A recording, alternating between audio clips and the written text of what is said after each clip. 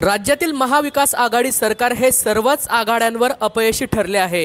गेल्या वर्षभराच्या काळात या सरकारने सर्वसामान्य जनतेला केंद्रबिंदू मानून एकही महत्त्वाकांक्षी निर्णय घेतलेला नाही। राज्यातील शेतकरी, शेतमजूर, कामगार, विद्यार्थी अशा सर्वच घटकांमध्ये या सरकार विरोधात तीव्र असंतोष निर्माण झाला आहे।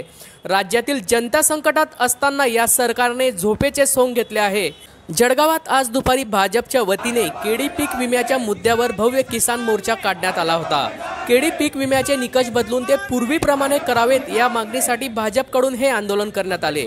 यावेळी माजी मंत्री गिरीश महाजन, खासदार रक्षा खडसे, उन्मेष पाटील, आमदार सुरेश भोडे, आमदार मंगेश चव्हाण, चंदुलाल पटेल, जळगावच्या महापौर भारती सोनवणे, जिल्हा परिषदेच्या अध्यक्षा रंजना पाटील, डॉक्टर राधेश्याम चौधरी, पोपट भोडे, नंदू महाजन, लालचंद पाटील यांच्यासह भाजपचे पदाधिकारी तसेच कार्यकर्ते मोठ्या संख्येने यावेळी उपस्थित होते। मोर्चा काढण्यापूर्वी जिल्हाधिकारी कार्यालयासमोर जाहीर सभा पार पडली। या सभेला भाजप नेत्यांनी संबोधित केले। या आंदोलनाप्रसंगी भाजपची भूमिका मांडताना खासदार रक्षा खडसे म्हणाले की केळी पीक विम्याच्या प्रश्नी राज्य सरकारकडून शेतकऱ्यांची दिशाभूल केली जात आहे। राज्यातील सुमारे 80,000 केळी उत्पादक शेतकऱ्यांशी निगडीत हा प्रश्न आहे, त्यामुळे राज्य सरकारने याकडे लक्ष देण्याची गरज आहे। केळी पीक विम्याचे निकष ठरवण्याचा सर्वस्वी अधिकार राज्य सरकारचा आहे, परंतु केंद्राकडे बोट दाखवून राज्य सरकार आपली जबाबदारी झटकत आहे। या संदर्भात आम्ही सर्व कागदपत्रे जनतेस उपलब्ध करून देण्यास तयार आहोत। महाविकास आघाडी सरकारच्या मंत्र्यांनी या प्रश्नी जाहीर चर्चेस यावे असे आवाहन खासदार रक्षा खडसेंनी दिले आहे। यावेळी आंदोलकांनी जिल्हाधिकारी कार्यालयापासून आकाशवाणी चौकापर्यंत पायी मोर्चा काढला। यावेळी माजी मंत्री गिरीश महाजन, खासदार रक्षा खडसे, आमदार सुरेश भोडे, त्याचप्रमाणे इतर नेते मंडळी बैलगाडीवर बसले होते। आंदोलकांनी मुंबई नागपूर हायवे जाम करत रास्ता रोको आंदोलन करत महामार्ग रोखून धरला। यावेळी अर्धा तासानंतर रास्ता रोको आंदोलन मागे घेण्यात आले। या संदर्भात खासदार रक्षा खडसे यांनी ईबीएम न्यूजला अधिक माहिती दिली आहे। जुगल पाटील, ईबीएम न्यूज, जळगाव। किसान के सम्मान में भाजपा मैदान में, किसान के सम्मान में भाजपा मैदान में।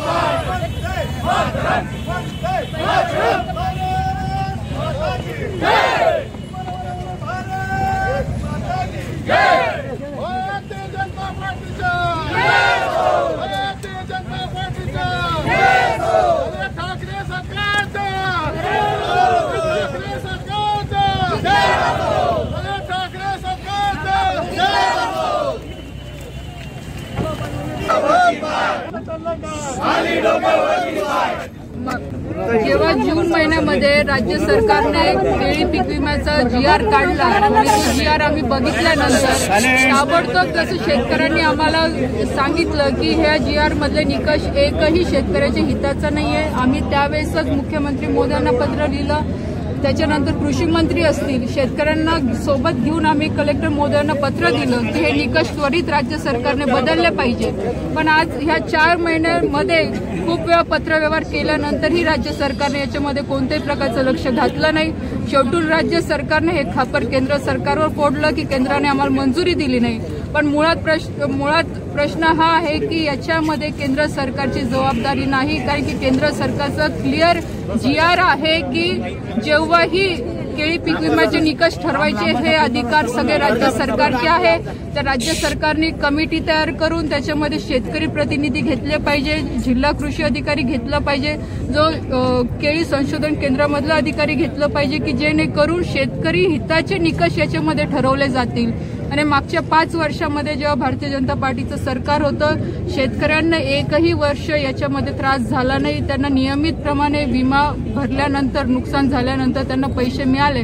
आपण बघितलं असेल की जळगाव जिल्ह्यामध्ये जवळपास 50,000 शेतकरी विमा काढत असतात। ह्या वर्षी फक्त 19,000 शेतकऱ्यांनी विमा काढलेला आहे। म्हणजे याच्यावरनं हे सिद्ध होतं की याच्यामध्ये कोणताही शेतकरी खुश नाही आहे।